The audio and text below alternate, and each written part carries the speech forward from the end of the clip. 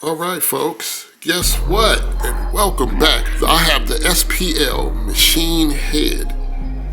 All right, I don't really know the history or the background to this plugin.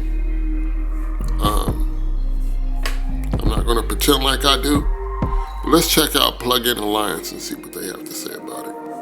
So this was a hardware unit, a digital hardware unit. I'm guessing this is like the first analog plugin. Well, not analog because it's digital, right? This is your first 3D representation of a plugin. So it's all digital. There's no analog, nothing in here. It says add those smooth harmonics to any signal minus the drawbacks of tape. No crosstalk, no noise floor, no fluctuations. That's what we want, though. We want that. You know what I mean? Like they saying it like, but that's what we want. They calling it noise and stuff like that. Okay, so we're gonna go ahead and take a look at this plugin. Okay, ChatGPT. What do you know about the SPL Machine Head? What do you know about the SPL Machine Head hardware unit? The SPL Machine Head is a digital processor designed to emulate the warm, harmonic, rich sound of analog tape saturation. It enhances audio by adding smooth harmonics and increasing perceived loudness without clipping, making it valuable for mastering, mixing, and processing individual instruments. What year did it come out? The SPL Machine Head was produced from 1998 to 2008. At what price? According to Reverb, the SPL Machine Head was originally priced around $35,000. Why so much money? The high price is due to its advanced technology and the quality of components used. It was a specialized piece of professional audio equipment designed for high-end mastering and processing, which contributed to the cost. It's all digital, correct? Yes, it's a digital processor designed to emulate the sound characteristics of analog tape. Despite being digital, its high-quality components and precise engineering justified the cost. Okay, so essentially it's a 3D version of a plugin, correct? Yes, in a sense. It's a hardware unit that digitally emulates analog characteristics, similar to how plugins work, but with dedicated hardware components for processing. Okay, so it's kind of like the UAD satellite, right? Yes, it's similar in concept. Both the SPL Machine Head and UAD satellite are hardware units that process audio digitally, emulating the sound of analog gear. But the UAD satellite also runs a variety of plugins. Okay, so it's a one-trick pony. Okay. Yes, it focuses on doing one specific task exceptionally well, providing high-quality tape saturation. Okay. You're welcome. Does it, let's just say if there was an analog counterpart, would it sound better than the analog counterpart? An analog counterpart would have its own unique character and warmth. Whether it sounds better depends on personal preference. Analog gear often brings a distinct warmth and subtle imperfections, while the SPL Machine Head aims to emulate that digitally. Some might prefer the authentic analog sound, while others might prefer the precision of the digital emulation. But isn't analog precise to begin with because it's behaving exactly as it's intended?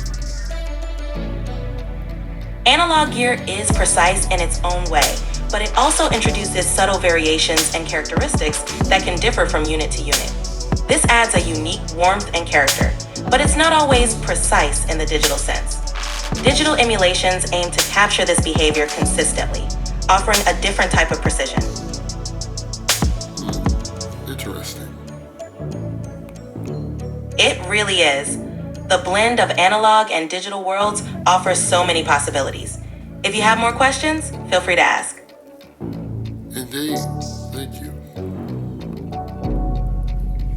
Okay, you have the machine head, you have the input gain, you have the drive, the adjust, high frequency adjust, output gain, high tape speed, then you have some of the presets, the bypass, and you have the original version and you have the ultimate version, which is a more later model. And it has the low frequency adjust, high frequency adjust. So that's the difference between those two. You know, the funny thing is, the promotion of this particular device, because I've never known this thing to ever exist. Now, I went on here and I checked online. And the first thing they're telling you, like, hey, this thing costs blase. You know what I mean? 20K. You know what I mean? It's on sale on Reverb for 18K. So I'm like, oh, okay. And so this, like, the amazing thing, you know what I mean? Like, hey, look how much it costs. You know what I mean? So they weighing the hardware up to sell you the plug-in.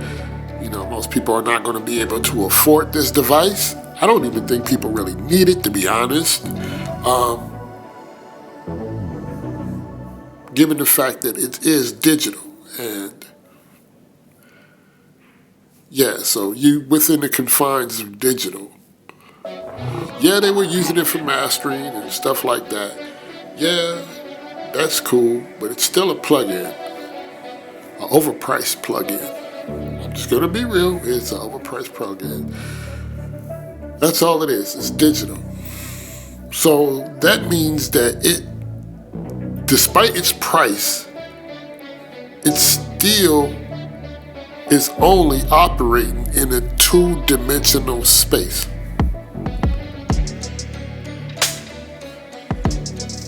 So I'm only interested in things that's going to, you know, operate in a three-dimensional space. If I'm going to buy a unit to begin with, so I think this is overpriced. And it's because someone chose to sell it for that much. Someone just pulled the number out their ass, pretty much. Now here they got it, the plug-in for $59. And it's on sale. I guess that's the introduction price. Me, I'm gonna pass on it. I don't think I need it. I don't think I need it at all. You know, it's a plug-in doing some plug-in stuff. So, you know what I mean? I think if they could have released it like this, 20K, yeah, they take that 20K all day. But yeah. So, let's hear this thing. What's all the roar about? Now, I just got this simple beat here. And got this on the bus, and let's see what it does.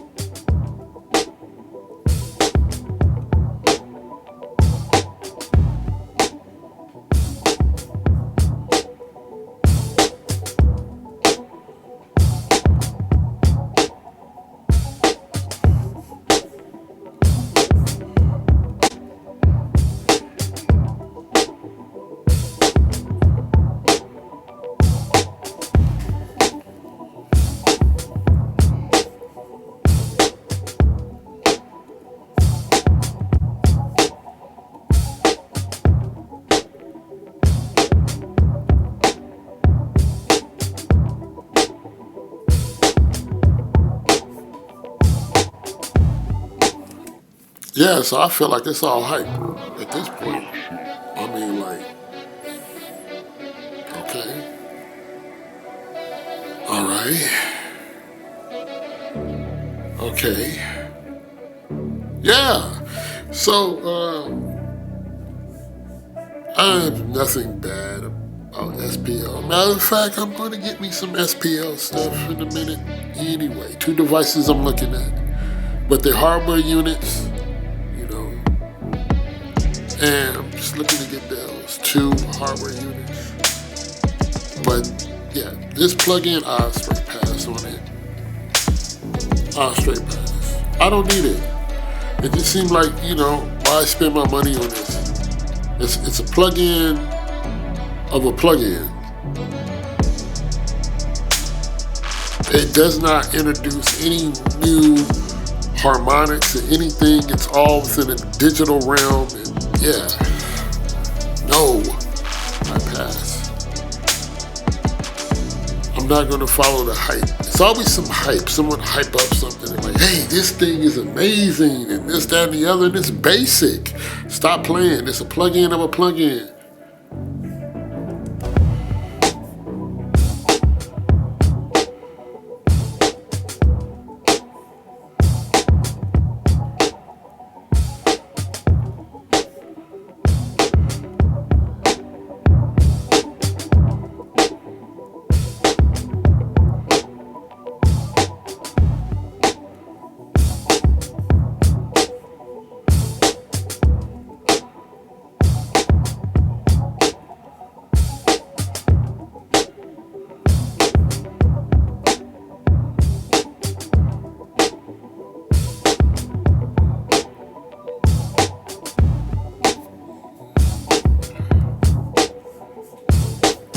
Okay.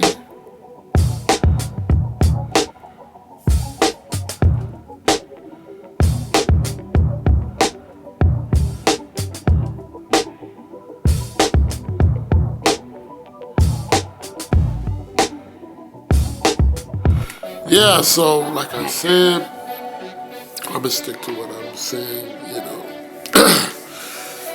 I think it looks nice. It's some good Photoshop. But I'm gonna give it a good pass. I don't think it's worth even the introduction price. I don't. Personally, I don't. Like, I'm trying to justify like putting this on my master bus. For, you know what I mean? I'm trying to justify that. And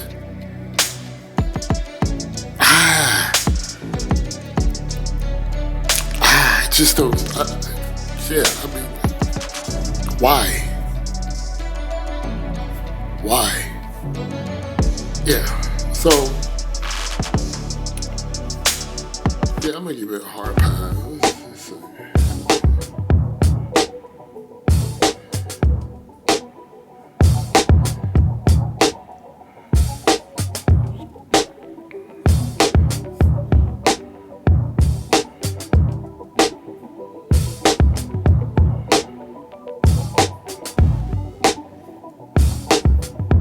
You know, the funny thing is I noticed that, you know, when analog, I bet you it's like this device, it seems to me that it came about that everybody was using analog and that's all you seen, and computers were like coming on the scene and stuff like that. So there was a lot of talk going around, and some guys got together, it's like, hey, let's make a device using code from a computer that's basically, it's essentially, it seems like a little computer that does one thing to me with some knobs on it.